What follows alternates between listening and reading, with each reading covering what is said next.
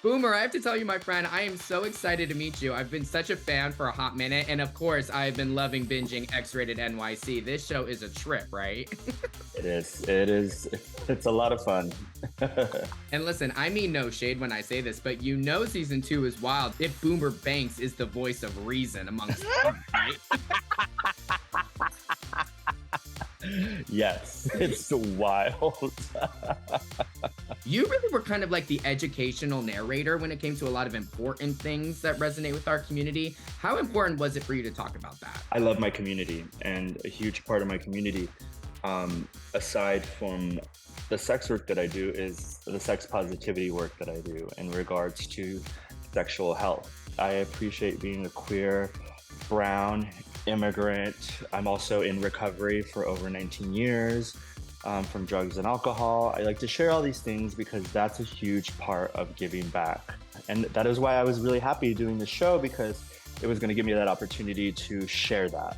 Is it kind of wild, Boomer, to think like when you first entered the adult entertainment industry that you've not only become a big name in the industry, but now you're on this reality show talking about all facets of the community? I mean, it's wild. It's crazy. And also, so like, I've kind of taken a back seat to the adult entertainment industry. I've been DJing this whole year. So now music has taken over. I still have OnlyFans and stuff like that, but I haven't done studio work in over a year. I'm very okay with that. I basically raised myself. My mother passed away when I was 14, and I was kind of left on my own. I lived with family, and I was so unapologetically queer from the get-go. There was no coming out for me.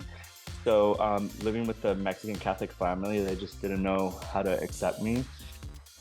So I was pretty much on my own I've been on my own for a very long time. And I think it's just, my confidence comes from survival skills, and furthering that, having got sober very young and growing up in a very spiritual mindset, it's allowed me to be open to the universe's constant abundance of gifts, and gifts come in so many different ways, and reinventing yourself is always an option. I think many people just it's scary. It's scary to do something new. Do you know what I mean? It's very scary. That's why people do the same job their whole life.